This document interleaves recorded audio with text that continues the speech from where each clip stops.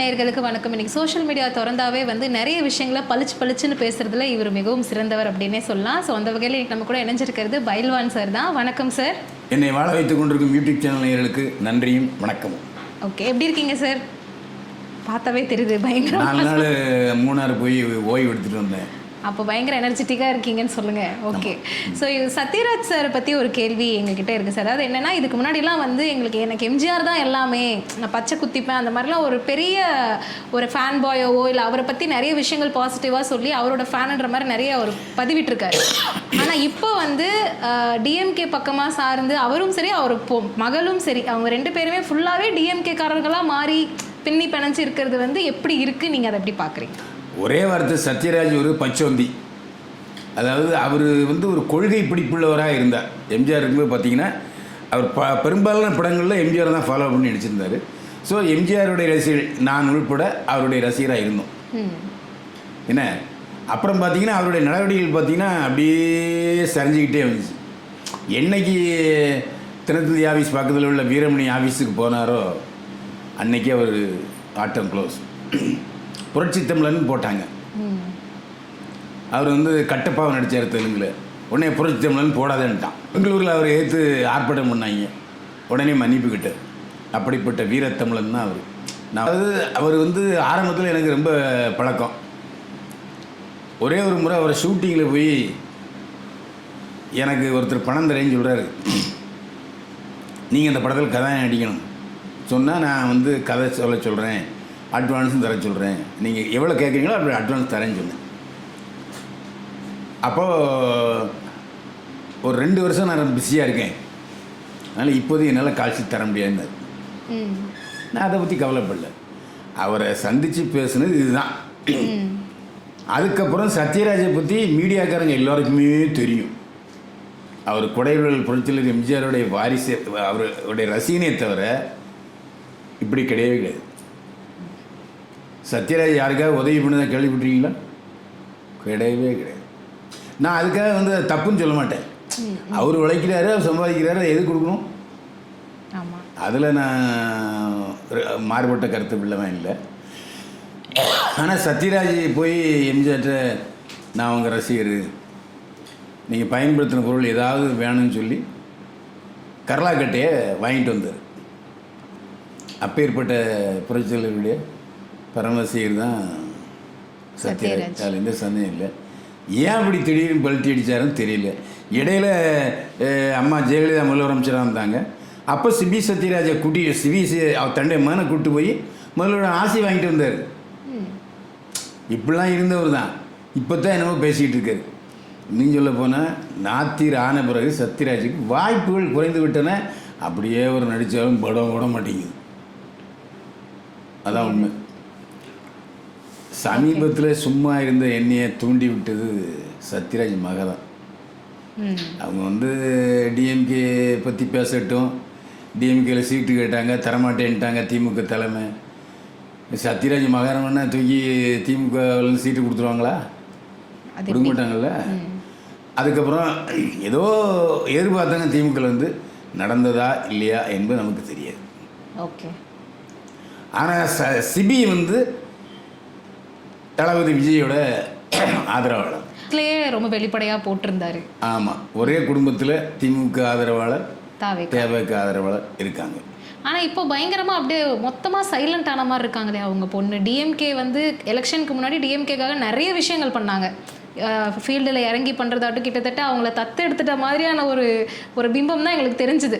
இப்போ ஆனால் மொத்தமாக சைலண்ட் ஆகிட்டாங்களே. ஒரு வேளை ஜெயிச்சிருந்தா அது இன்னும் சவுண்ட் அதிகமாக இருந்திருக்குமா, இல்லை தோத்ததுனால மொத்தமாக அமுங்கிட்டாங்களா? ஆமாம், நீங்கள் நினைக்கிற மாதிரி தான் எல்லோரும் நினைக்கிறாங்க. அதில் தப்பு இல்லை. ஆளுங்கட்சியாக இருந்தால் குரல் உரத்துருக்கும், இவங்களுக்கும் ஒரு அதிகார போதை வந்திருக்கும். இப்போ தலையில மாறிடுச்சு. அதனால் இருக்கிற திமுகங்களுக்கு அங்கே மரியாதை எப்படிங்கிறது போக தான் தெரியும். அதனால் அந்த மாதிரி சைலண்ட் ஆகிடுச்சு. சமீபத்தில் நான் வந்து திவ்யா சத்யராஜுக்கு கல்யாணம் நடந்துச்சு, டிவோர்ஸ் ஆகிடுச்சு அப்படிங்கிற விஷயத்த சொன்னேன். இது மீடியாக்காரங்க நிறைய பேர் தெரியாது. ஆதாரத்தோடு சொன்னேன், ஃபோட்டோ எவிடன்ஸோடு சொன்னேன். அப்போவும் எப்படின்னா, அது எப்படி அந்த விவகாரம் வெளிச்சத்துக்கு வந்ததுன்னா, குமுதம் மீடியாவில் என்னை பற்றி பேசும்போது பைலநாதன் என்னை பற்றி கச்சாமச்சான்னு பேசிகிட்டு இருக்காரு.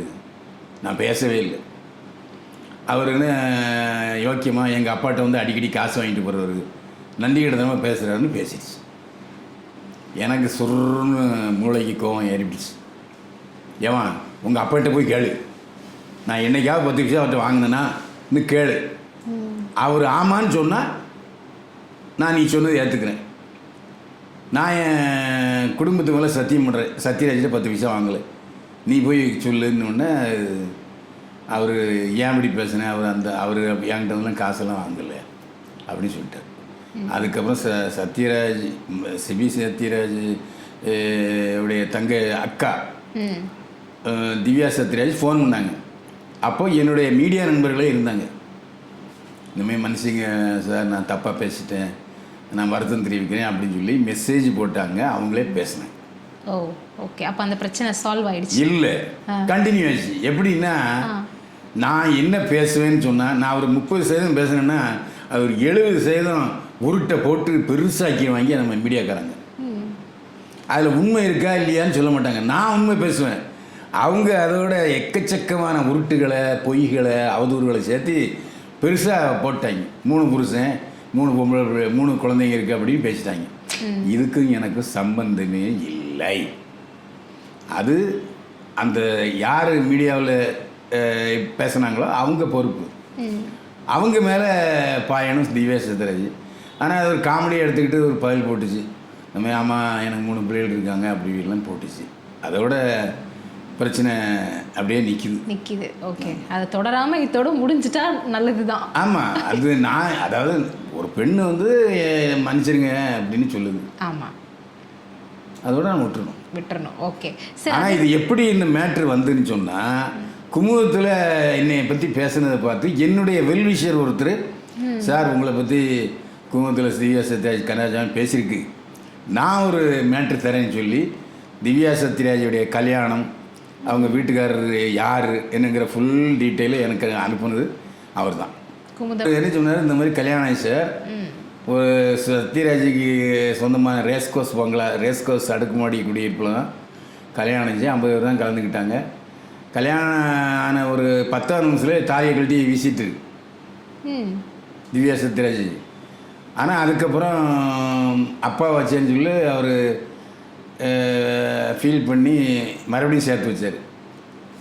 யாருன்னு சொன்னால் சத்யராஜுடைய சொந்த அக்கா பையன், வெளிநாட்டில் வேலை செய்கிறது, அவர் தான் கட்டி வச்சாங்க. என்ன காரணத்தில் 2 பேருக்குள்ளே கருத்து வேறுபாடு ஏற்பட்டுச்சு. அது அவர் என்கிட்ட சொல்லலை. அவர் அந்த கல்யாணம் ஆகி வெளியில் 2 பேரும் தோள் மேலே கை போட்டு இருக்கிறது, அந்த ஃபோட்டோஸ்லாம் அனுப்புனார். அது இல்லாமல் சத்யராஜுடைய அக்காவுடைய கணவர், அவர் ஃபோட்டோலாம் அனுப்பிட்டார். ஸோ ஆதாரபூர்வமாக நான் சொன்னதுனால அவங்களால அதை மறுக்க முடியல. ஆனால் எந்த சூழ்நிலையிலையும் மீடியாக்காரங்கிட்ட திவ்யா சத்யராஜ் எனக்கு கல்யாணம் ஆகிடுச்சு, டைவர்ஸ் ஆகிடுச்சிங்கிற தொகையில சொல்லவே இல்லை. ஐ எம் சிங்கிள் நவ் அப்படிங்கிறதான் சொன்னாங்க. ஓகே, சிங்கிளாக இருந்தது தப்பு இல்லை, ஆனால் அவங்க திருமணமானவங்கிறத மறைச்சிட்டாங்க. அதுதான் நான் சொன்னேன். அண்ட் இப்போ ரீசெண்டாக சார் தோத்தார்ல, ஸ்டாலின் சார் தோத்ததுக்கப்புறம் சத்யராஜ் சார் போய் கிட்டத்தட்ட அழுகாத கணக்காக போய் பார்த்து மீட் பண்ணி பேசிட்டுலாம் வந்திருக்காரு சார். ஸோ அதை பற்றி நீங்கள் என்ன நினைக்கிறீங்க? ரஜினிகாந்த் கூட தான் போய் பார்த்தாரு. என்ன அழுகுனாரா? சின்ன மனுஷன், சரி ஒரு துக்ககரமான விஷயம் போய் சந்திச்சு பேசிட்டு வந்தார். சரி, ஒரு மரியாதை நிமித்தமாக பார்த்த ஒரு சம்பவம் தான். அப்போது சத்யராஜிட்ட கேட்குறேன், ஏயா மு.க. ஸ்டாலின் சட்டமன்ற தேர்தலில் இதான் முதல் தடவையாக தோத்தாரா? நிறைய பேருக்கு தெரியாது. இதே 1000 விளக்கு தொகுதியில், அவர் சொந்த வீடு இருக்கிற 1000 விளக்கு தொகுதியில் கலைஞர் உயிரோடு இருக்கும்போது அதிமுக ஆட்சியில் அமைச்சராக இருந்த கே கிருஷ்ணசாமியிடம் தோத்தவர் தான் ஸ்டாலின். அப்போ இந்த சத்யராஜ் எங்கே போனார்? அவர் மூளை என்ன புல் பிடுங்க போயிருந்ததா? என்னையா புதுசாக நடிக்கிறீங்க, சினிமாவில் நடிங்கப்பா, வாழ்க்கையில் மனுஷன் இருங்கப்பா. அப்போ ஏன் அவர் போகல? கே கிருஷ்ணசாமிகிட்ட தோத்தார். அப்போ தான் அவர் அரசியலுக்கு என்ட்ரி. அப்படிப்பட்ட சூழ்நிலையில் சத்யராஜ் எம்ஜிஆருடைய ஆதரவாளர் இருந்தார். அதனால் ஸ்டாலினை யாரும் தெரியாது, கண்டுக்கவே இல்லை. இப்போது அவர் முதலமைச்சராக இருந்தார், அதுக்காக கண்டுக்கிறார். சும்மா விடுங்க நீங்கள் வேறு. நான் தான் ஆரம்பத்திலே சொன்னேன், சத்யராஜ் ஒரு பச்சோந்தி. ஒரே வார்த்தையிலே முடிச்சிட்டீங்க சார். மீண்டும் சந்திப்போம். தேங்க்யூ. வாழ்க வளமுடன்.